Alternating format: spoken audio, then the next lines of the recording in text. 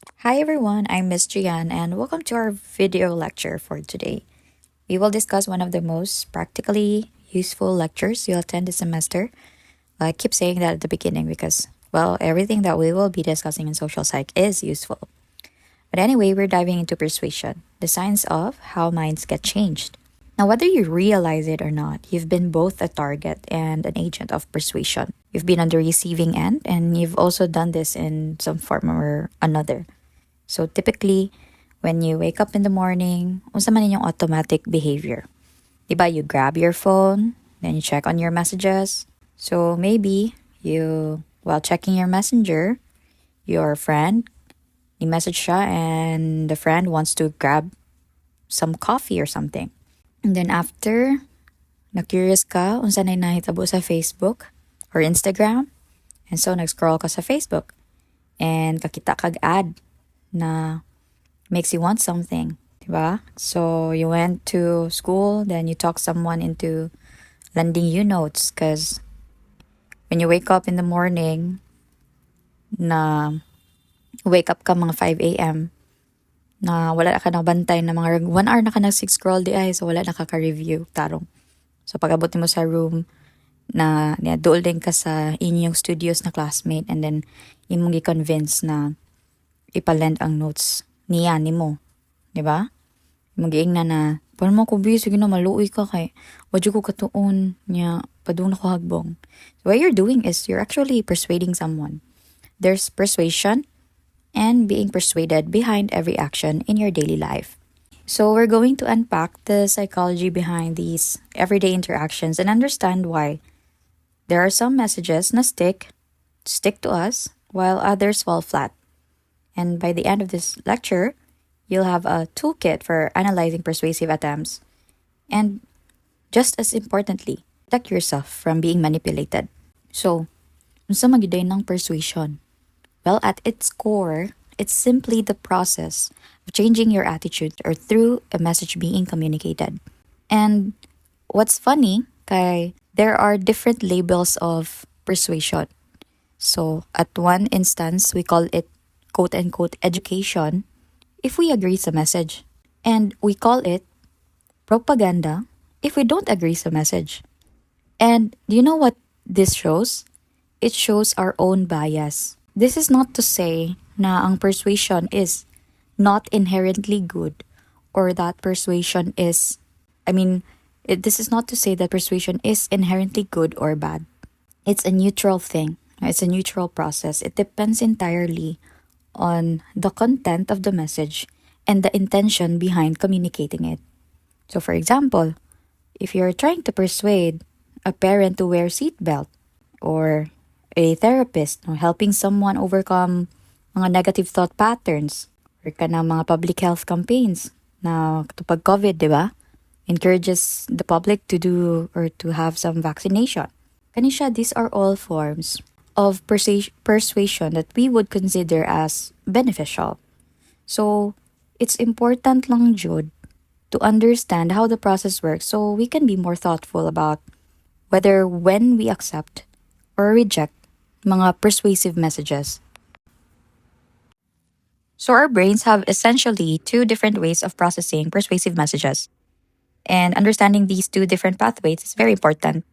Kaya you'll know why. It's very important why we need to understand that there are two pathways of persuasion.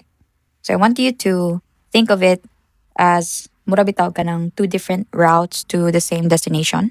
So kaning central route, you have two, right? The central and the peripheral. So kaning central route, it's like taking the scenic road through town. So mura ni siya kung if hilig mo hiking, naglakaw lang mo and then really looking and paying attention to nature. You looked at every detail of the message. You analyzed the points of argument or argumentation. So you really think things through. Inyon yung tanawon point by point yung argument. If does it make sense? Na ba siya unod? Okay? So this happens when you're motivated and you have the mental energy to process the information carefully, especially if mo think critically mo, di ba? That requires a lot of mental energy. So of course, you would have to have the energy yourself and you have to have the motivation to go through the struggle to analyze the argument point by point. So muna siyang central route. Just taking things slow jud and digesting the information. Ang kaning peripheral route, it's more like ako hilig man jud hiking and I also do trail running. So it's more like trail running nang dagan ka. So dili ka kita na sa mga mushrooms there ng sprout. Kasi di po ka kitas bitin, no? Yan, gipaak na di kas bitin. Kaya nagdagan man ka. So blurry tanan. So you're making quick decisions based on mga simple na cues. Such as like, does the person talking to me, or do I trust the person that's talking to me? Is she or he trustworthy? Or do my friends like this politician? Or do my friends use this product as well? Mo na siya ang peripheral road. More on, naa kay mga, kuan ba, mga quick patterns to decide whether or not you would agree with the message. I will go through it later. Unsa siya, no? Unsa siya na mga variables imong i-consider when you're taking the peripheral road. And kaning both routes, they can lead to attitude change. Pero ang central route, it creates more lasting change. While ang peripheral route, it's more faster pero less stable siya. So example, kaning Coke, di ba? So you willingly see this usually on TV advertisements, kaning mga pictures of products, etc. Usually what you read on social media, especially mga short form content, it's targeting your peripheral route to persuasion. And thereby targeting a change in your implicit attitude. Remember implicit attitude? Okay? So pero once you become aware of the messaging or such messaging, no, diba, you see a short form content, you become aware. You start to think, something's fishy, or I'm not getting the full information. And then, imong gi-exit ang TikTok, search kas Google, tanaw kas mga verifiable website, you start to read more, you start to understand the argument of that article. You look at the background of the author. Is this the person? Is this a person known to be a DDS or kakamping or a Bombong or Marcos fanatic? But you look at the author. See, every writing has an agenda. So essentially, what you're doing is you're already in the central route. So you see, dili siya kuan bitaw black and white na once nag peripheral route ka mo na gina imong gibuhat. You're doing both routes at the same time. Okay. So how can you relate this sa fake news? Nganong paspas kaayo mo katag ang fake news? Okay, that's my question for you to ponder on. Something that you will probably answer as we move along in our lecture. So next, let's move on to the elements of persuasion, such as who said the message? What is the message? How is the message communicated? And para kang kinsa ang message? So let's start with the messenger first. Who's delivering the message or the first element, right? Who is the communicator? Kaning communicator, it's very important. It matters enormously. Okay, we're more likely to be persuaded by people we see as credible. And credibility boils down to two things. Two things, remember this, expertise and trustworthiness.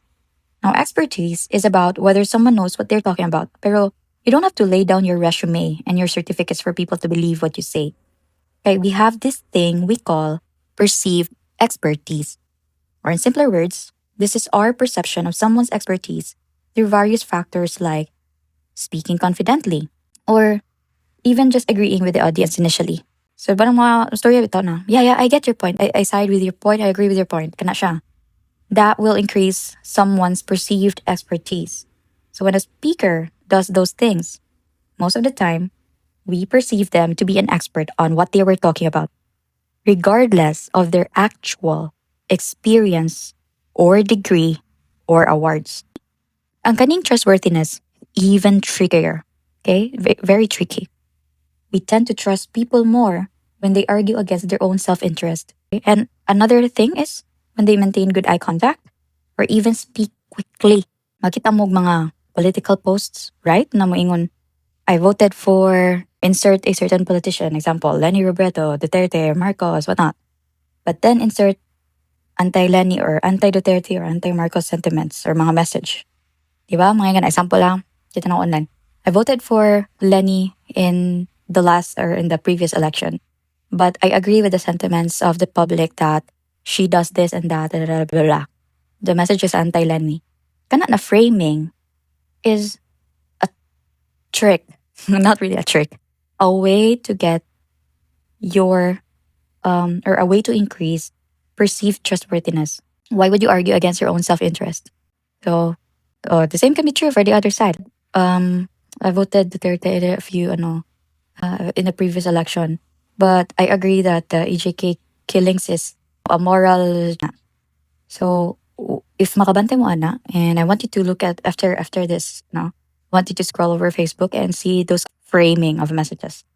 So those messages, these communicators, they want to increase their trustworthiness by saying, "Hey, I'm a supporter of this politician, or I'm a supporter of this celebrity, and blah blah blah. This politician is blah." So come on, I fill in the blanks. And so you would say, how about the celebrities? Example, si Catherine B, the great Catherine Bernardo.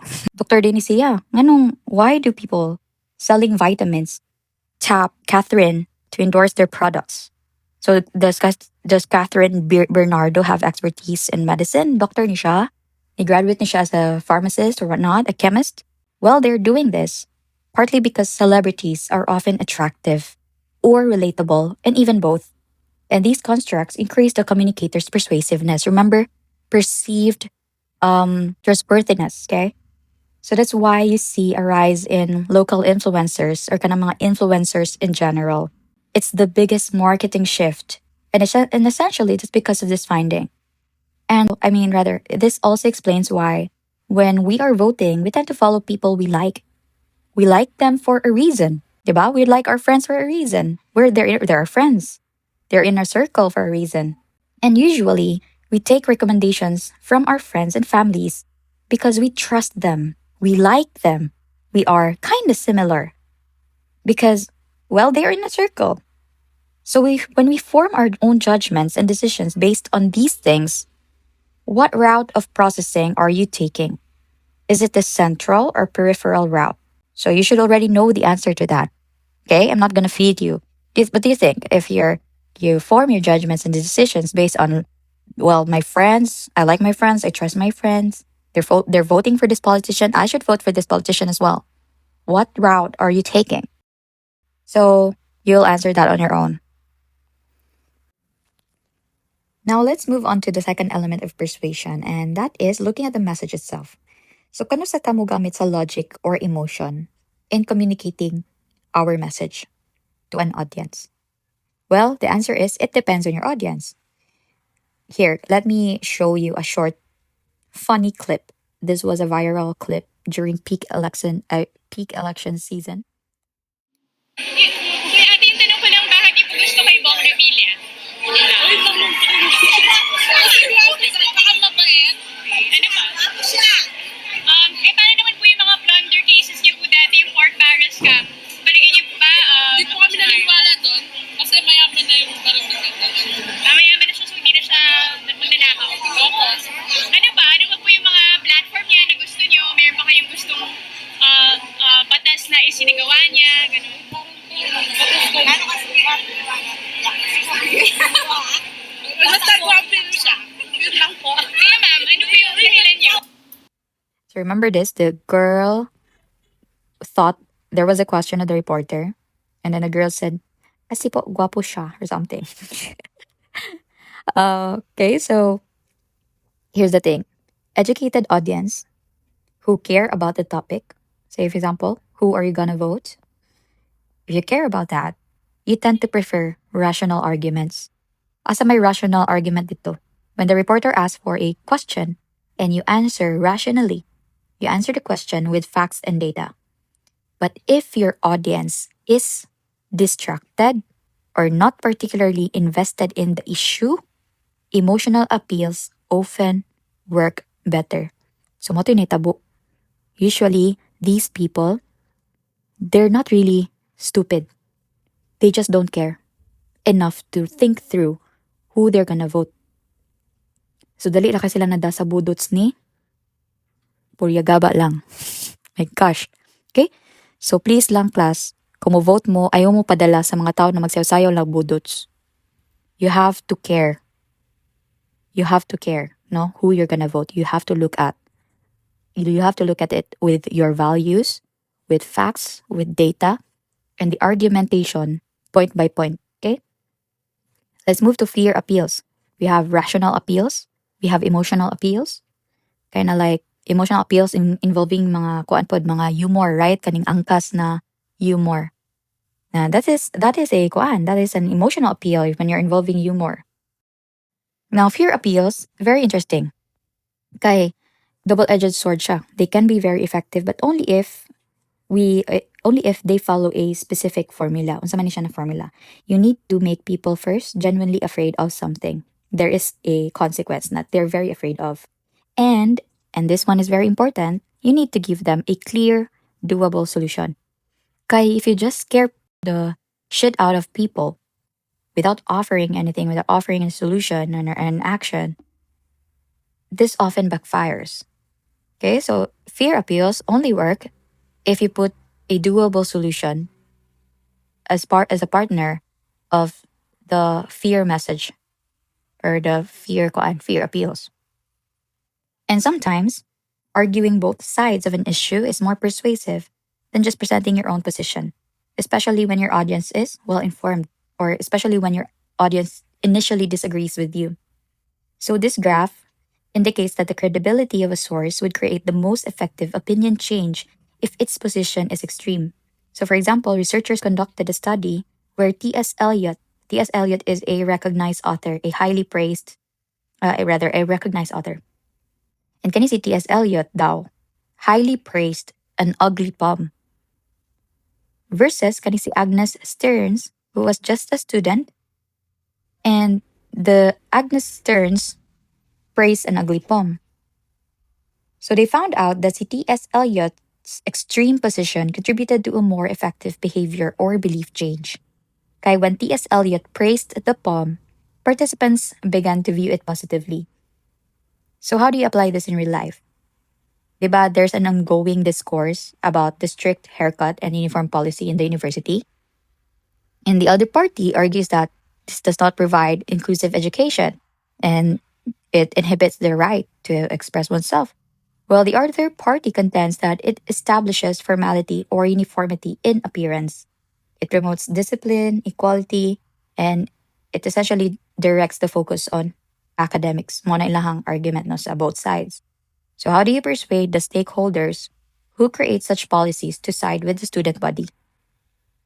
So probably no, if you look at the elements of persuasion, the student body would first approach a credible source, such as maybe a student-oriented person in power, and convince that person to side with them to create an opinion change regarding the said policies.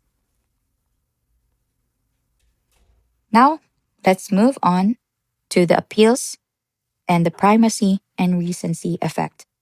So, for the appeal, if you want to convince someone or change someone's opinion on something, a listener who agrees with the message would be more convinced if you just have a one sided argument. And a listener that disagrees with the message would be convinced if you show the two sides of the argument. And if I ask you, asa man diri ang better or has more effect? A message said first or said last? It also depends on the time elapsed and how quickly the people are to decide right after the message is said.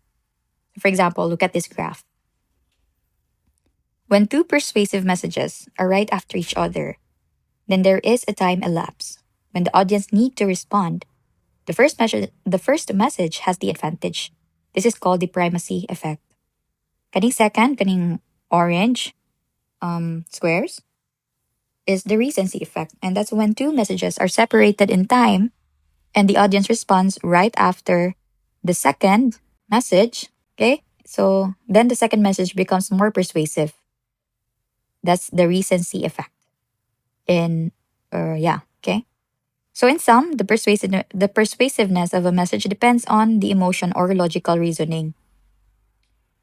Will also depend on the source credibility and the extremity of the position the source is saying. And it will also depend whether you say a one-sided or two-sided appeal on a disagreeing or agreeing audience. And will also depend when the message was said and how soon a response followed the message. So in short, huh? Yes, precisely. Nothing is clear-cut. And I told you this na when you're dealing with, especially with concepts of social psych. We aim to simplify these things, diba? Because we want the simplest explanation. Pero class, the reality is humans are complex. So we need to be comfortable with the fact that some principles may also require complexity. And persuasion is one of those principles. Dili siya clear-cut gyud. Daghan kay variables in place. And these variables pa jud mag-interact with each other. Now let's move on to the third element of persuasion, and that is how you deliver your message, or how is the message communicated. It also matters as much as what you say. So face-to-face communication gyapon ang gold standard for persuasion, followed by video, then audio, then written messages.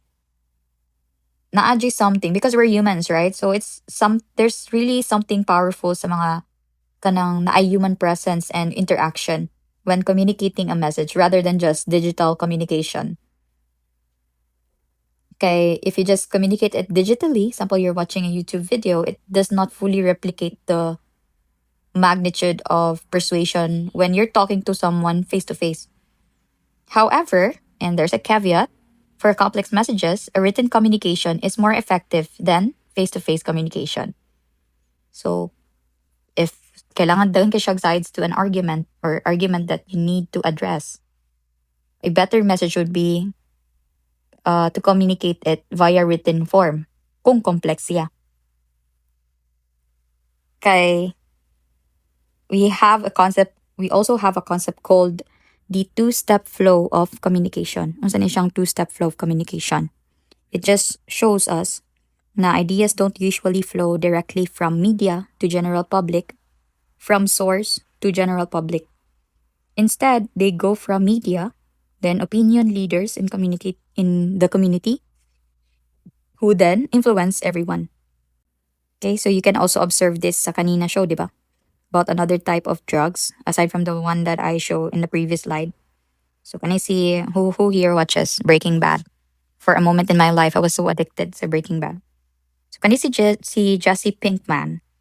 Jesse Pinkman was a small-time drug cook. So for those who haven't watched it yet, yeah, kani si Jesse na siya yung old chemistry professor, si Mr. White, who approached him to collab and sell meth.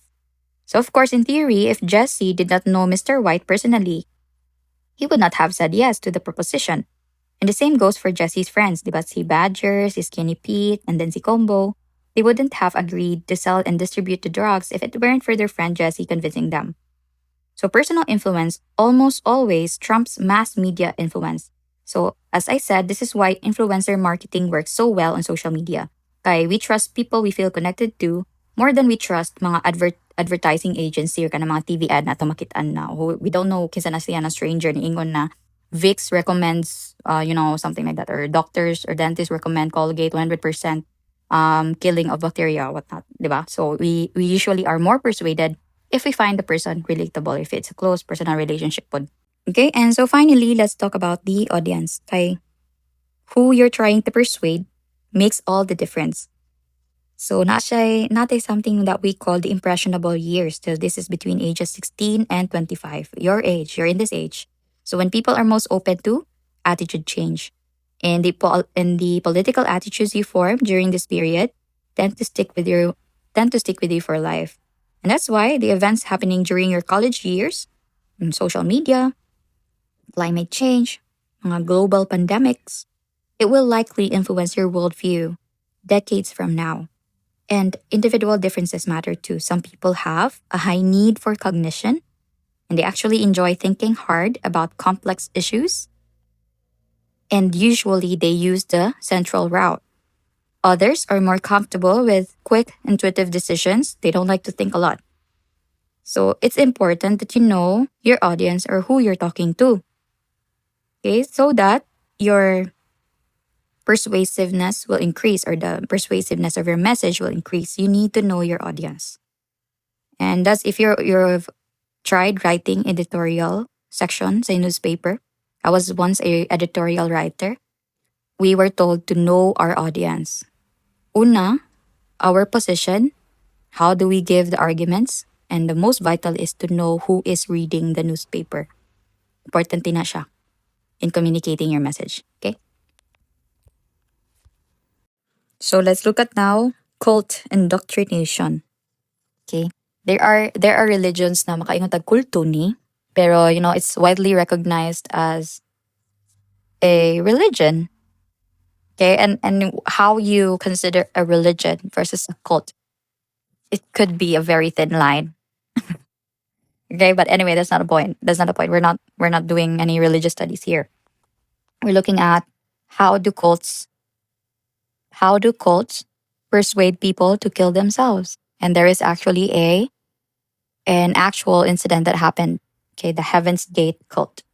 And the Heaven's Gate cult was a widely discussed cult, extreme persuasion example of cult indoctrination because it gathered members and it has one of the biggest mass suicide ever. People killed themselves, 39 kabuok, because they believed they were gonna go sa salvation or something. So, ang cult indoctrination, it might seem like a completely different phenomenon, but it actually uses the same psychological principles na we've been discussing, pero mas extreme lang jud siya. Di ba, nagta-discuss na ta na kaning mga techniques are also used in the military, in torture victims, di ba? I've already mentioned this. Pero extreme lang yun ni siyang cult indoctrination. So cults typically start with a foot in the door technique. They ask for small commitments, gradually escalate, diba? That's the foot in the door technique. And they present charismatic leaders as credible experts. How do they do this? Usually, when this cult was investigated, how do they make people believe that they have the power or they're like heaven's communicator or something or the chosen one? So, nani sila yung mga assistants na kunuhay na ay telephone interview separate from the cult agenda. Just a casual survey interview. And then, out from the interview, this person na assistant sa cult leader would inform na, oh, kani si Stephanie, na nisod ko silang balay na sila yung red sofa in the right side silang corner silang house. And then na siya tulog ka children. So nanay ko, nanay information si cult leader. And then si cult leader, moingon din ni Stephanie. Not verbatim, but this is how I imagine they do it. Okay, but this is an actual this is how they found out na how they establish a cult leader to be charismatic and contain a power of some sort. Muna din si cult leader na, oh, Stephanie, di ka mo tuon ako. Ako clairvoyance. I can see your house from here. I know you have 3 children. I know you have I know you have a red sofa at the corner of your room at the right side. Ana. And this is Stephanie, ma-shock din. Hala, yun sa nini mo pagkaibaw. Ana. Of course, dili kayo very rare, no? Ang very, very rare na mag-critically think si Stephanie because probably Stephanie is one of those people that needed belongingness, needed the guidance of some higher being because naad siguro siya gipagdaanan. That's the first di ba? Remember the emotional appeal? Because we don't want to think through na, hala, a few days ago naman dito nag-interview na ako. No, that completely erases, that detail is completely erased in someone's mind that are bombarded with other stuff or dealing with other issues in their lives. So that's how they establish the charisma of the cult leader. And then after, because they think the leader is a credible expert on salvation, on the Lord or in of heaven or something. Sa panay lang mga gi-claim. Weird kani ang Heaven's Gate. You can check it out if you wanna read more through. Or you read more about anina cult. So after they target mga vulnerable audience, I mentioned Stephanie undergoing issues in her life. So, and often pag yun, si ilahang mga target is kanang mga young people na going mga major life transitions, don't know where they're going, very lost, don't know their purpose in life, mao na ilang mga target. So, they isolate these members from outside influences and they also isolate them from people that might provide counter arguments. And it's important to understand na these aren't necessarily bad techniques. Okay? Kanina kind of technique. Universities, I mentioned the military also uses this. Therapy groups also use similar methods for positive or beneficial purposes. Ang difference lang yun why it becomes bad or dangerous lies in the goals. Okay? It lies in the goals or what you want the person to do. It also depends on maintaining the person's autonomy and connection sa outside perspectives. So look at these elements. If you think you are isolated, if a person approaches you during a vulnerable time in your life, you need to take a step back. You need to take a step back and think, is this person telling me something for my own good or is it something else? Kaya basig na-recruit na mo og kulto. Okay? Na-recruit na din mo kulto din ha. So, wala siya. That's what we were going to discuss on the next slide. How do we resist persuasion? And ang good news is, understanding how these work gives us tools to resist mga unwanted influence. So, kamo, nagtanaw ani, less likely na mo ma-influence. I mean, I wouldn't say na dili na gid mo ma-influence. Pero less likely na mo because you're aware of the elements. And hopefully you're using it. You're applying the knowledge of what you're learning. Okay? So, unsaon pag-resist? First is attitude inoculation. It works like medical inoculation. So, i-expose nimo imong self sa mga weak versions first of our counter arguments. And this builds your resistance to stronger attacks later. So, when you know someone's trying to persuade you, you naturally start generating mga counter arguments, which makes you more resistant to the message. And another thing is when you make personal commitments and when you think critically about the claims and you maintain exposure to diverse perspectives. All of these help build resistance to manipulation. Remember my previous lecture on the polarization of social media? So once you realize na imong algorithm, puno nagkanta ni Aljur, or imong algorithm, puno nagkanang mga very one-sided view of a certain politician, then take a step back from social media and as much as possible try to digest another perspective that's not in your social media. So for example, if very kakamping imuhang feed or Facebook feed or Instagram, try your best. I know it's very uncomfortable, but try your best to look at the messaging of the other party. Say Marcos or Duterte. Or it goes both ways. A very Duterte imuhang feed. Try to check the other's argument. Okay? I expect this from you because you are students of psychology. You should know and you should understand and you should check and read both sides. Always. Psychologists are also researchers, and these are what researchers do. So, it isn't to become cynical or close-minded. Even drastically the opposite. You're not being close-minded when you do this. Okay, you're trying to see the other side. You're trying to look at the other perspective. And you're weighing things down. You're using your brain. You're critically thinking. So you're being open instead of being close-minded.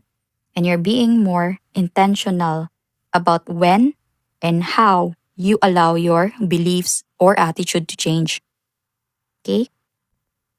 And we're ending here. We're ending here. So let's bring all this together.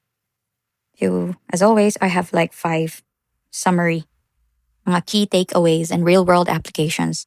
So, first, persuasion operates through 2 main routes, the thoughtful central route and the quick peripheral route. In important life decisions, I hope you use central route. Okay? And next is success depends on the complex interaction between source credibility, message content, communication channel, and audience characteristics. Most of the principles here in social psych, especially persuasion principles, are not clear cut. It isn't like if A happens, B happens. If you do C, then D happens. Okay, it's not that there are a lot of variables that interact. And third is that understanding these processes doesn't make you immune to persuasion, nor should it. That's not also good. Na immune na lang ka sa dili na jud ka ma-persuade. That's not good. Kaya remember, naabi ay persuasion na for the good or persuasion for that will benefit you. So it will just help you. It will just help you in sharing ideas, in solving problems, hopefully, and creating social change. And then the goal is to become more discerning, that you're better at recognizing when influence attempts are legitimate or is it manipulative.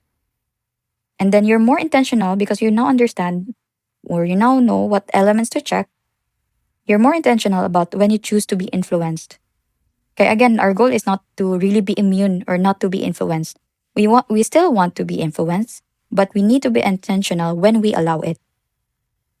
And then, as future psychologists, social workers, in the humanities section, you're helping people, you're in the caring profession, you'll be in the business of ethical persuasion.